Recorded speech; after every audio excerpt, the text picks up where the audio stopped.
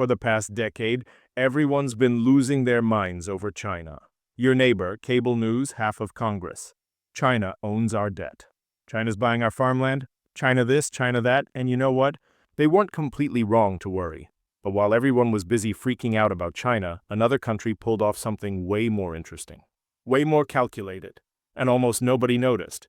They've dropped over $40 billion into American soil. They employ 425,000 Americans. That's more people than live in Atlanta. More than Miami, an entire city's worth of paychecks signed by companies you've probably never heard of. Here's the thing, though. They're not an adversary. They're not even technically a competitor. They're a democracy. They speak English. They vote in elections. They're one of us. And that's exactly what makes this so fascinating. Because by the time you finish this video, you're gonna look at every Made in America label completely differently. Let's talk about who really owns this country. Right now, 163 Indian companies have invested over $40 billion in the United States.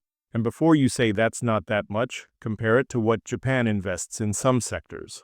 Compare it to what European companies invest. This is massive and it's accelerating. 425,000 Americans work for these companies. Direct employment, not counting suppliers, contractors, or the ripple effects. You've never heard of most of them. Tata, Infosys, Mahindra, Wipro, Tech Mahindra, Reliance. But here's what they own. Tata owns Jaguar and Land Rover. You know, the cars James Bond drives. American farmers actually use Dr. Reddy's, manufactures the generic drugs filling. Prescriptions at your local CVS, they're embedded everywhere. Not loud about it, not controversial. Just there, and here's what's wild. When Americans think foreign takeover, we picture Chinese state-owned enterprises buying ports, Saudi oil money, Russian oligarchs buying penthouses. But India? India looks normal, democratic, familiar, English-speaking, common law legal system. They're basically the geopolitical equivalent of that friend who quietly picks up the check and you don't realize it until later. So how did this happen? How did a country most Americans barely think about become this deeply woven into our economy? Let me tell you a story about the greatest corporate acquisition you never heard of. Everything's on fire. Lehman Brothers just collapsed. The stock market's in free fall. Ford Motor Company lost $14.6 billion that year. Billion. With a B, they're desperate. Selling everything. Begging Congress for bailouts, and they own two of the most prestigious car brands on earth, Jaguar and Land Rover, British icons. The cars royalty drives. The cars that scream, "I've made it." Ford bought them 5 years earlier for over $5 billion, thinking they'd be a gold mine. Instead, money pit. Luxury cars don't sell during recessions. By 2008, Ford's ready to cut their losses. Enter Ratan Tata, Indian billionaire. Quiet, strategic, patient. While American executives are panicking, he's shopping. And in March 2008, Tata Motors buys both Jaguar and Land Rover for $2.3 billion. Less than half what Ford paid, but wait, it gets better. Ford was so desperate to offload the pension liabilities, the money they owed retired workers, that they paid Tata $600 million to take the brands off their hands. Ford paid an Indian company to take two of the world's most iconic luxury brands. The American media barely covered it. We were too busy watching banks collapse and unemployment skyrocket, but Ratan Tata saw something nobody else did. The world wasn't ending. It was resetting, and wealthy people always recover first. Luxury goods always come back, so Tata kept the British heritage, kept the prestige, kept the factories in the UK, added Indian management efficiency, expanded into China and India, where a Land Rover is the ultimate status symbol. Today, Jaguar Land Rover is worth over $25 billion. Tata turned a $2 billion bet into a 10x return in 16 years. No hostile takeover. No layoffs. No evil foreign company destroys American jobs headlines. Just incredibly smart business. And that was just the warm-up. Because while everyone was distracted by trade wars with China, India was quietly becoming America's most important economic partner. And the reason why is way more calculated than you think. America has a problem. A massive, existential, keeps the Pentagon up at night problem. China. For 30 years, we outsourced everything to China. Cheap labor, massive scale, we all got rich. Great. But then China got powerful. Really powerful. The country making your iPhone now wants to take Taiwan by force. The country that built your laptop is building hypersonic missiles. the country selling cheap everything, is now telling America we don't need you anymore. So America needs a plan B. Fast, enter India. Now, think about what India has world's largest democracy. Can't call them authoritarian, 1.4 billion people. Massive labor force, massive consumer market, English speaking. No translation problems, British common law legal system. Predictable, familiar. Silicon Valley literally runs on Indian engineers, but most importantly, India hates China. Not political posturing, not trade disputes. Actual, historical, blood-in-the-snow hatred. 3 years ago, Indian and Chinese soldiers literally fist-fought on a frozen mountain ridge at 14,000 feet. No guns allowed per treaty. Just fists, rocks, and clubs wrapped in barbed wire. 20 Indian soldiers died. China admitted to 4 deaths, but probably way more. This wasn't ancient history. This was June 2020. They share a 2,100-mile border. They fought multiple wars. They both have nukes pointed at each other. China's worst nightmare is a US-India alliance. So when American strategists look at India, they don't just see cheap labor and a big market. They see China's kryptonite. That's why the Quad exists. US, India, Japan, Australia. Never mentions China by name. But every joint naval drill, every semiconductor deal, every rare earth mineral partnership, all code for we're building a world where you're not indispensable. Now here's where India's strategy gets brilliant. When Trump slapped tariffs on Indian steel in 2018, most countries complained, retaliated, threatened India. Indian companies bought American steel plants, Tata Steel, JSW Steel, Essar Steel. They didn't retreat. They doubled down because they understood something most politicians miss. You can't sanction someone who signs your voters' paychecks. If Tata employs 10,000 people in Indiana and some politician threatens tariffs, those 10,000 workers call their congressman real quick. This isn't economics. This is chess. India's not investing in America because they like us. They're investing because they need us to contain China. And we need them for the exact same reason, that mutual dependency. That's stronger than any treaty, because once your economies are that intertwined, neither side can afford to let the other fail. But let's get real for a second. Let's talk about actual people. Hartsville, South Carolina. Population 7,500. The local chemical plant shuts down. 300 jobs gone. In a town of 7,500, that's not just an economic hit. That's generational collapse. Main Street businesses started closing. Young people moved away. The high school baseball team couldn't field a full roster. One worker told the local paper, "My grandfather worked there. My father worked there.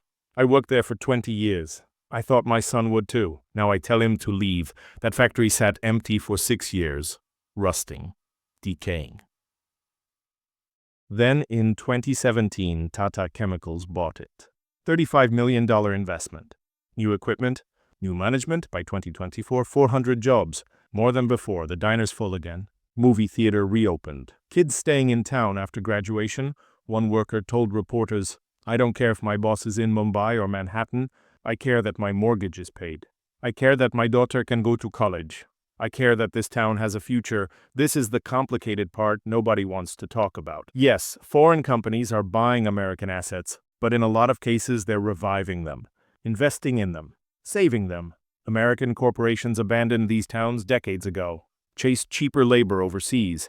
Indian companies came back and said, "We can make this work." So when politicians scream about protecting American jobs from foreign takeovers, where were they when American companies left? But here's the flip side. Walk into the headquarters of America's biggest tech companies.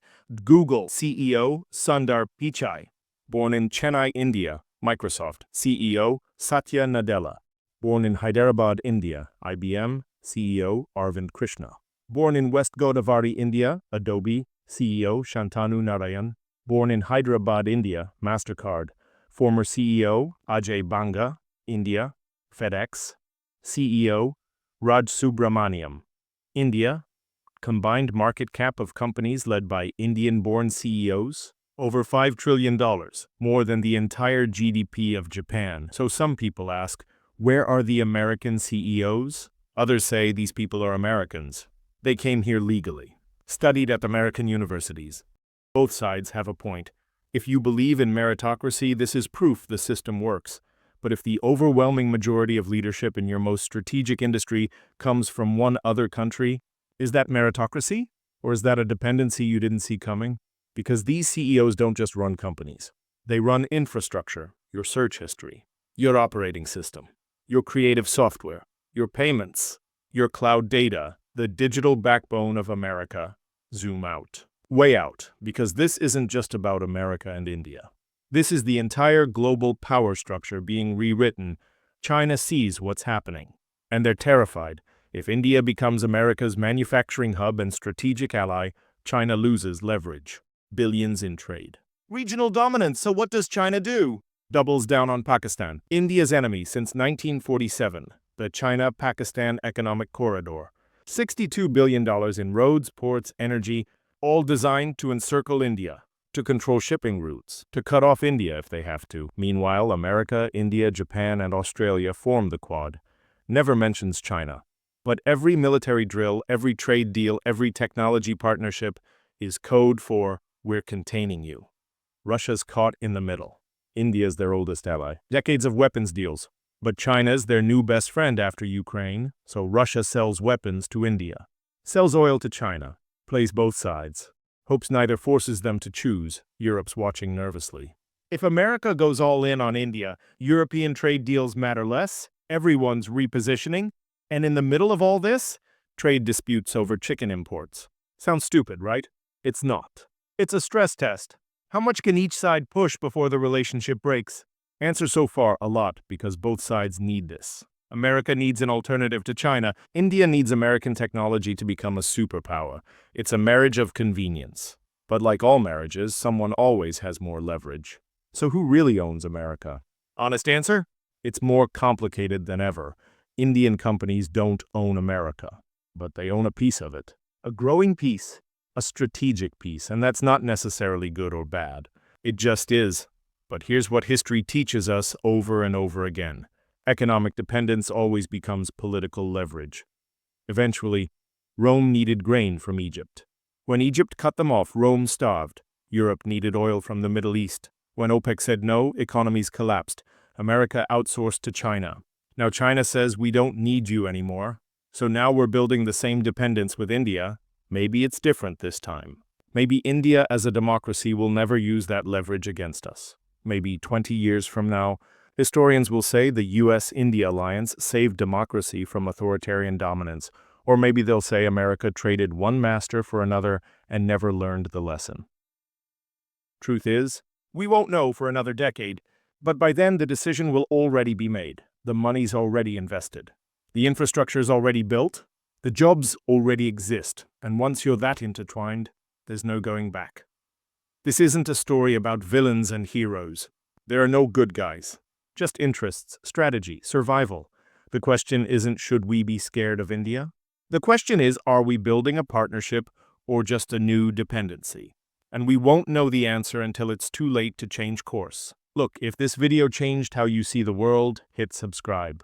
Every week I'm breaking down the stories that actually matter. The ones the news glosses over. The ones that shape your future. Drop a comment right now. Is Indian investment in America a threat, an opportunity, or just inevitable? I actually want to know what you think. Because here's the thing about geopolitics.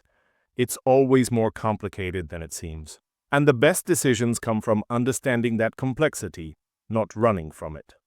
Stay curious. Stay informed.